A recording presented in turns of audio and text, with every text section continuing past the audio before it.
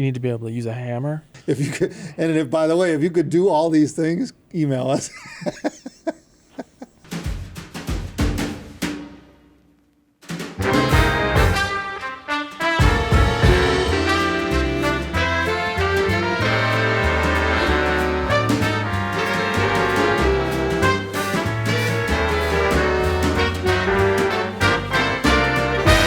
We've got emails on this. Yeah. People will ask us, they're like, so what does it take to get into the audio industry or the headphone industry? How do I get involved? If I want a job, like, Yeah. you know, at Abyss or wherever, you know, how do I do that? And usually, I guess you see, it mostly seems to be college students. Sometimes they even include a resume. So here's, I'm taking engineering. Yep. I'm taking this, and I'd like to get involved in. Now, what they really mean is they want to come and learn all our secrets, you know.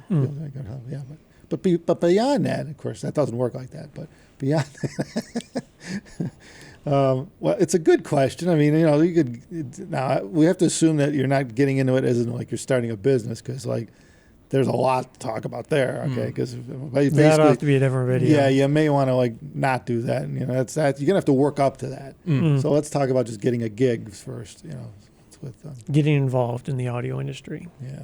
You start with just emailing everybody in the audio industry and asking for a job. Start there. Yeah, you could. That's not a bad start. Maybe someone will. Yeah. It's probably effective. It's like, hire me, please. Here's my resume. It's far from a sure thing, but if you don't do it, you're pretty much sure not to get a job in the audio industry. And if you do it, there's a small chance you might. So I don't know. I guess that's the start. We've gotten emails from guys with MBAs, and it's like, well, why the hell do you want to work here? We don't need an MBA. We really don't. We already got the business side figured out. Right. We're So that's selling another product. point. We need people to make the product, not an MBA. You do need to have relevant skills. And obviously that's going to depend on the size of the company and what it is they do. But generally speaking, a good start for most companies is some sort of engineering degree or experience. Usually that's a pretty good fit in most spaces. Pretty much everybody's always looking for more of that. Yeah, engineering's a good start. Yeah. Anything technical background would be a great start. The trouble is there really isn't like a headphone manufacturing degree. Yeah. So there's not going to be a whole lot of direct things, but there's a lot of things that have pretty good overlap that give you some useful insight and kind of give you a little kickstart. And really what most companies are going to be looking for isn't necessarily a degree. The degree doesn't really mean that much for the most part. It just means hopefully you were able to get through the program and maybe you'd be able to be useful in that company as well if you have some technical understanding experience or the ability to push through. But most people are just looking for someone that's useful, that could provide value. And it is very difficult to convey that. Well, the reality is that because we're a manufacturer, we're making things. So you got to be able to make things, put things together, assemble, use your hand-eye coordination, tools. But some people don't make things. There's a lot of headphone companies that don't make anything. Well, that's in fact, true. most headphone companies. And if they come ready in a box out of wherever, some other third world country or whatever. Well, it doesn't have to be a third world wherever they're country, made. but it's very common for other people to have local contractors, vendors, or whatever that manufacture the parts for them. Well, honestly, most of the headphones are made in China, right? So you're dealing with, that's where it's coming from. And a lot of times I would assume then if they're made in China, they're boxed and packaged and ready to go. And designed in the U.S. though. Yeah, sure. Well, you could do that. Well, designed wherever the country is. Yeah, right, or wherever. Yeah, Europe could be anywhere. Yeah, but yeah, there it's more or less you're just shuffling boxes. So now you need more like shipping, logistics. Logistics. Well, you still need to design the product.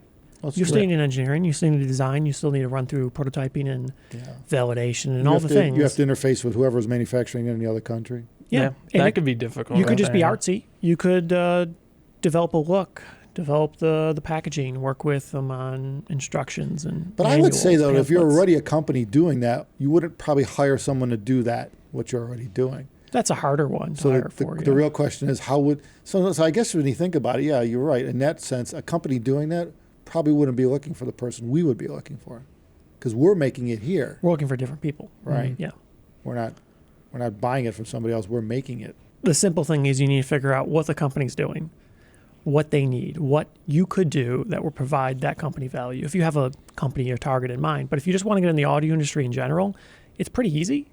You don't really need anything, but if you want to get hired by a company, you do need to be useful. So hopefully acquire some vaguely usable skills in industry, and then just be active. Forums are a reasonable enough place to start. It's not a surefire thing, but if you have enough exposure, if you're on forums a lot, if you appear to be helpful, it's pretty hard in this industry to find good people. So for the most part, I would imagine companies would notice, if they're looking, they would notice somebody that's a standout, that excels, and then just be available. Contact people, say, hey, I'm looking for a job. Do it over and over again. Send an email out every 6 months. And don't just give them a resume. Tell them why you want to work there. Tell them your life story, whatever you think is compelling, right? Yeah, just no sob stories. That ain't going to work. Oh. No, that doesn't really go anywhere. Yeah. It does remind me of a movie, though. What's that? Billy Madison, actually. Yeah. See, he started out, the guy that gets the company at the end, started out as a bellhop.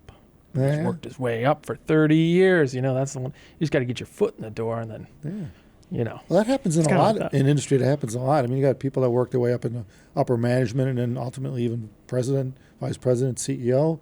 But it's 30 or 40-year path. That's the thing. Yeah. But that's usually the best people in charge because they've seen every level. They know how things are built, how things are designed. You know? So it depends on how the companies run, how they make the products and whatnot. But if it's a reasonably intelligent company, they're going to be looking for someone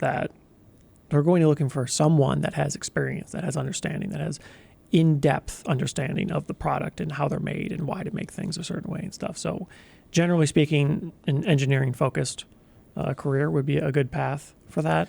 Okay, well, I think we'll just keep it simple. So if people want to know what it takes to even get past the first, what do you call it, review process working for Abyss, right? Okay, somebody submits an application. Yeah, right. Well, that's the biggest part. Yeah. I'm interested. Yeah. Well, we have to know you exist. Right. Yeah. I guess we'll talk about it more or less from our perspective. Yeah, let's look at it from Somebody, maybe tongue-in-cheek. Somebody did all these things. Somebody has some requisite experience, or let's just say they just graduated or they're going to graduate with some sort of relevant degree. So they presented that maybe they have some Well, we appreciable don't necessarily skills. get a degree. You could be a high school diploma and be fine too. Right, as long as you show something. Right. If you just have a high school diploma and you have no experience, you have nothing to show, it's really hard for someone to say, yep, that's my person, right? Yeah. But if you have your extracurriculars, you have hobbies and whatnot, interests, and you talk in depth about the hows and whys and the interesting things you're doing, that makes it way more likely that the employer is going to be interested in you. When you show something that you're capable of doing. Well, and our first test would be, can you hold a hammer? Right. That kind of is. Yeah, I mean, all right. Let's see how. That's a good test. Can you? Let's see you hit something with a hammer.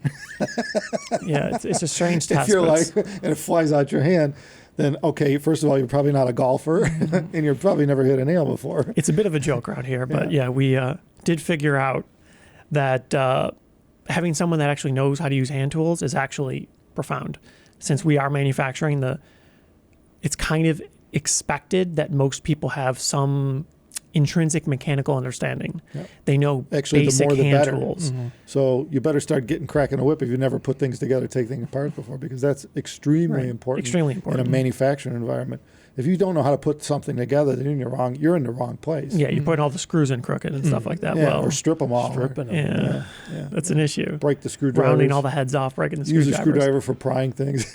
Right. Well, everyone does that. Keith used his knife to pry. Now it's got a cracked tip. The tip's cracked off. Yeah.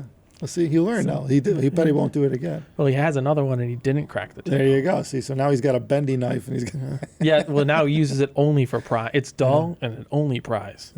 He turned it into a screwdriver. There is sort of one underlying trait that most of the employees here have. They seem to be enthusiastic about something, and oftentimes it's cars. Automobiles. At least cars. Yeah. If you could fix cars, you're in. Yeah. It seems to be if you have a passion for pretty much anything, you have a chance to be useful in a. So now everyone's going to put on a resume. Oh yeah, I fixed cars before. So you're going to have to prove it. We're going to need you. We're going to hammer test. You're going to need to see you with the wheel off, putting new brake pads on. Well, that's too easy. That's too easy. Yeah. Okay. All right. Well, a water pump. Depends on the vehicle. Yeah. Can't be afraid of getting dirty. Yeah. Yeah. Right. Because the reality is sometimes it happens. Yeah. Although around here it's pretty rare, but yeah. Well, depends on what you're doing. Well, if you work in the back with the guys with the machine, Keith gets dirty all the time. That's true. Yeah. You get a little chip clog overflow action. Yeah, right. That's true. But you dry off quick. It's Right, it warm gets a little back there. dirty. Well, Yeah. mop. That's true. I'd say you need to be a mechanic and be able to use a mop. Yeah. Those are two things. The shop's clean, though, like the assembly area, everything. Of course, that's like, Yeah, right. if you're in a well-controlled environment in there, humidity, Right. temperature, everything, filtered air. But so it depends. It depends on your skill sets. And, Well, and each company would have different requirements because they obviously don't make everything the same, so. Right. well, there is this thing about personality, too. You got to fit in, too. See, that's very dependent on the environment, Because though. we're not a GM plant. We're a small company. So you got 5-6 people in one Right. room. You're going to have to get along together. That's true. You can't go and hide somewhere. You can't run. You can't spread out too far.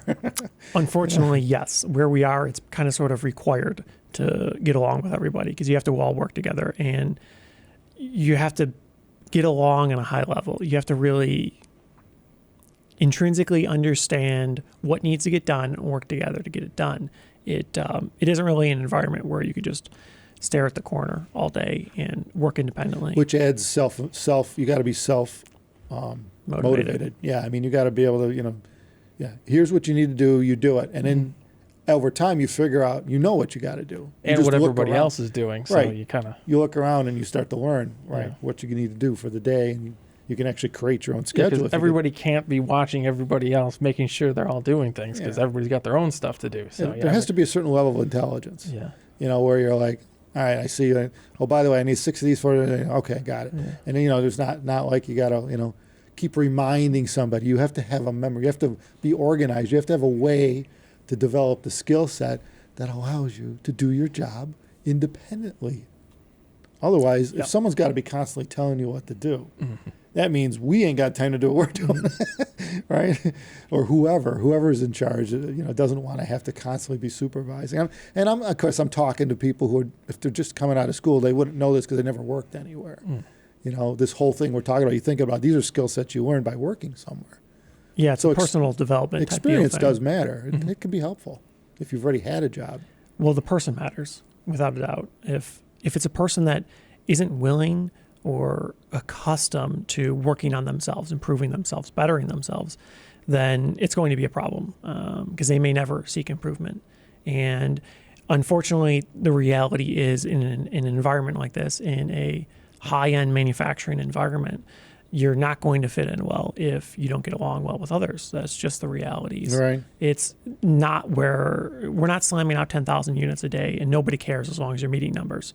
That isn't the reality. And I think it's going to be the same in most high-end manufacturing environments. Yeah, this isn't a quantity business. It's a quality business. It needs to be right. Which brings out attention to detail, too, which we haven't brought up either. You really need to focus on what you're doing. You need to make sure that everything you do, every step you take, is done the right way. There's no shortcuts here. It doesn't work like that. Well, it also helps to know why you're doing it that way.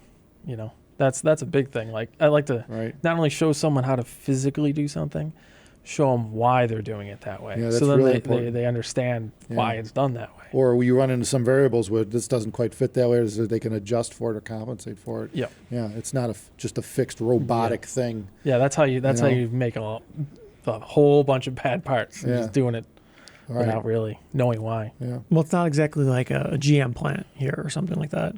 Picking on GM Right. a little too Well, much. Yeah. Ford. Yeah, Ford there's plant. one locally. Yeah, I guess we should point that out. Yeah. There's a local one, so you get a different kind of person that works at a place like that. Not to say that's a problem. It's just a very different environment from where we are here, right? It's not about getting the job done. The reality is job can get done multiple ways, and everyone here knows everyone else, of course, and we try to work together to get the best parts possible. So if you see something that somebody else did and you think it's less than stellar and they don't know the hows and the whys, you could talk to them and say, hey, when I do this, the thing you did causes this problem for me in this way. And maybe you could kind of work together to figure out how to improve the processes. And you expect that to be corrected. Right. It's called teamwork. It's just teamwork. And it's necessary. Yeah, absolutely. Yeah. Yeah, everybody knows that they could talk to anyone else at any point for any reason, say, hey, what you did is not where we need it to be. Yeah. Right. And how can we figure out how to No improve need to it? be shy around here. And that's just reality. That happens multiple times every day. So, It's continuous correction. right. And we're not talking about big things like this is broken. It's just this could be a tiny bit better. This could be improved. And that continual improvement is key. So all the team members need to be on board. They need to be understanding and kind of sort of unified in the goal of shipping the best headphones possible. And the cool thing is the people we have here currently, everyone that works here is exactly like that. Yeah. They fit the mold just like that. They want to do better. They want to know if something's wrong. They want to fix it. They want to make sure. Right. You know, and it's critical, and it's to what we're doing, to a high-end product, like you said.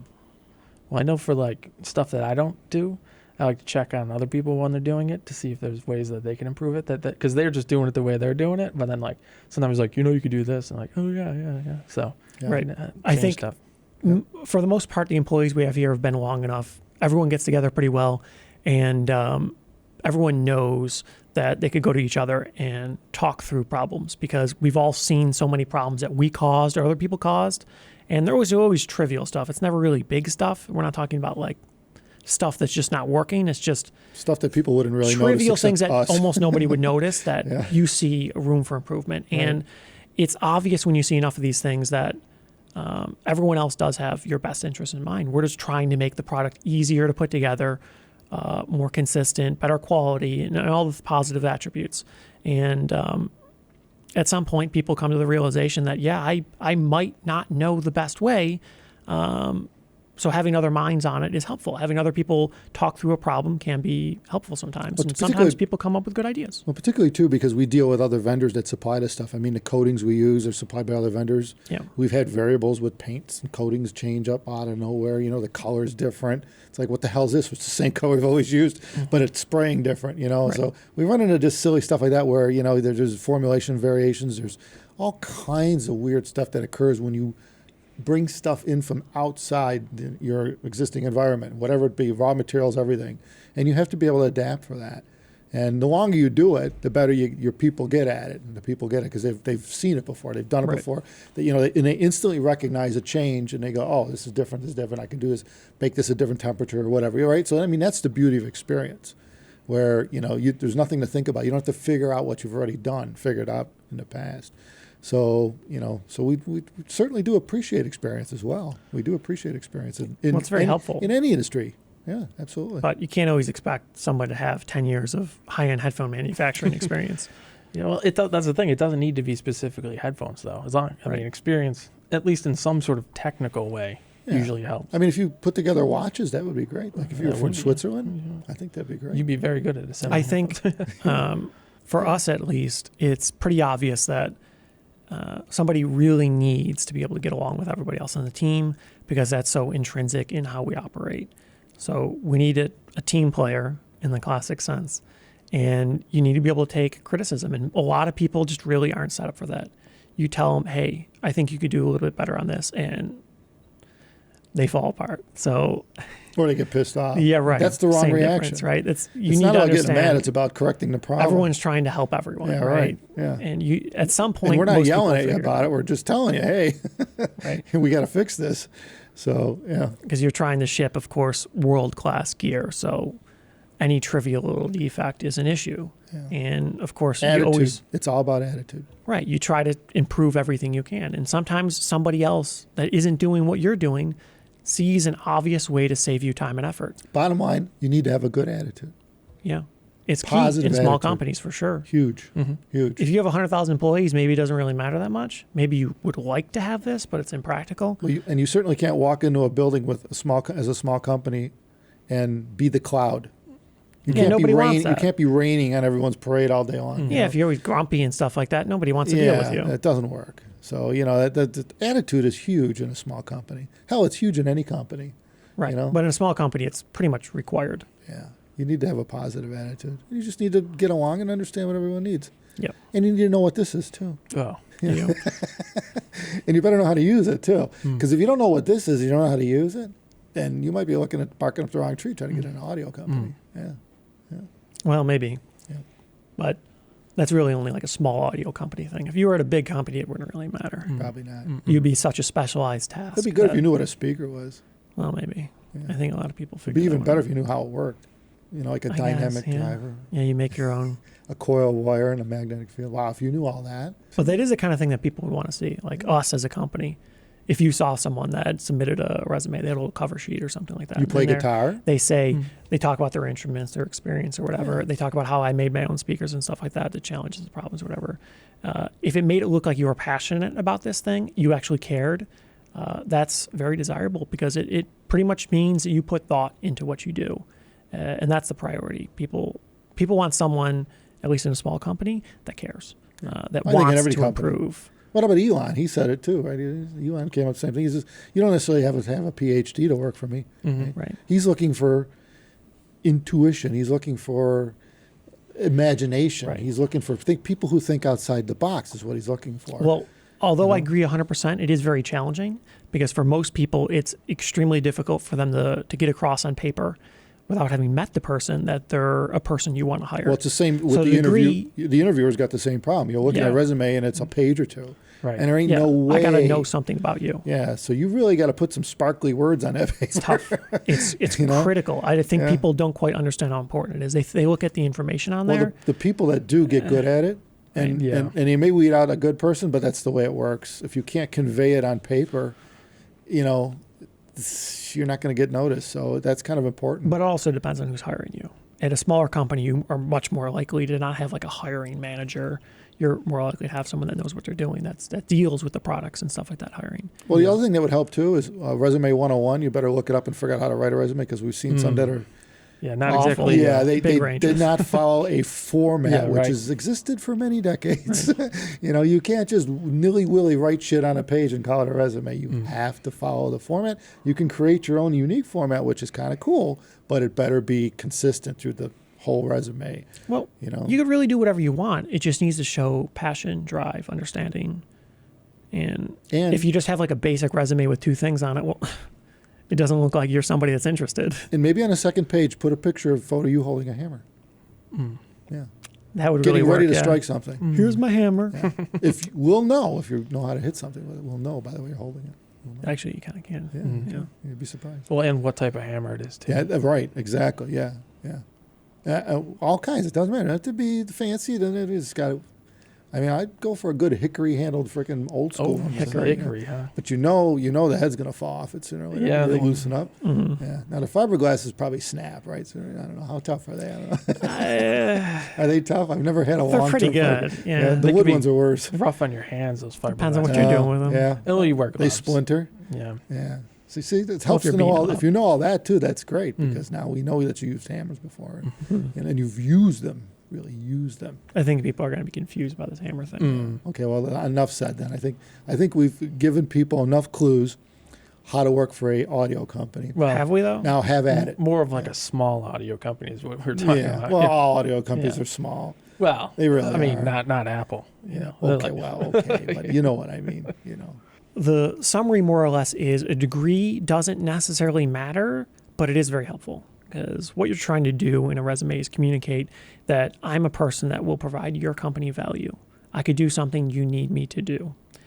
So a resume that actually has like coherent things in there that shows passion, drive, understanding, ability to work together as a team, that's very helpful, more so than a degree. But a degree is another way to indicate that. So, you can kind of do the best of both worlds and have mechanical understanding in addition to a degree. And then as long as you show a little passion, in you're the in. end, though, now that we told everyone what to write in a resume, you're going to have to prove it when you get there. So don't just write this stuff like a bunch of bullshit on a resume Well, and, yeah. and think it's going to work out because you'll be picked out like a sore thumb It's so real easy. Yeah, rapidly. So don't waste everybody's time. In other words, you better live up to the hype if you're going to write it all down. You know what I mean? Yes. You That got to be who you very are. much is a reality. We had a few people that came in here. They had a resume that looked pretty impressive. They had all this experience and stuff like that. And inevitably, they don't really know what they're doing. They couldn't hold a hammer. Right. They didn't know how to hold a hammer. So that's where the test came from. actually. it ends right there, right? And things have been added ever since. And then when we threw them at a chop saw, oh my God. Yeah. Anyway, I think that's enough clues as to how to get a job around here. Well, we could let them in on the secret. Yeah. If anyone out there happens to feel like they're a passionate considerate individual that is motivated to make good products and provide value to a company like ours, well, Yeah. we're And hiring. you happen to live in Buffalo, New York, or nearby? Yeah, that's the problem. We kind of got to be local. Yeah. Well, if you want to move. Yeah, but We have that is good, we a have pretty good small skiing subset. here in the winter, and Well, good good skiing, nice well, summers. mediocre Doesn't skiing. get too hot. Gets We a have little cold. mediocre skiing. Sometimes it gets cold. Yeah. Doesn't get that hot, but warm. Yeah. A lot of positives. Yeah. I know. It's I don't know, nice talk to here. Douglas. Yeah. It's He knows cheap. all about it. Cheap living. Well, relatively. Yeah. I hear Buffalo is one of the most affordable cities in the country, and Yeah, that ain't everything's a saying lot much, worse now. But no. yeah, They yeah. used to be better. Yeah, it used to be even cheaper. Yeah. Yeah. Now the housing's gone up a bit, but hey, you know, it is what it is. Got to catch up with the rest of the It's country. not as bad as a lot of places. Yeah. Yeah. Wouldn't want to be in California. Yeah. So brush up your resume. Yeah. Thanks Send it everyone in. for watching. Hope that helps some people going forward in the future. Thumbs us up. And what else? Oh, I wanted to say something else. There's something about that. Oh, we keep forgetting. If anyone's got any ideas on future videos, Yeah. our email, totl@abyssheadphones.com. TOTL for top of the line. TOTL@abyssheadphones.com. So yeah, we always need ideas. We want to know what you guys want to hear about, and obviously we are good at blabbing on about just about anything. So throw it at us. Thanks everybody.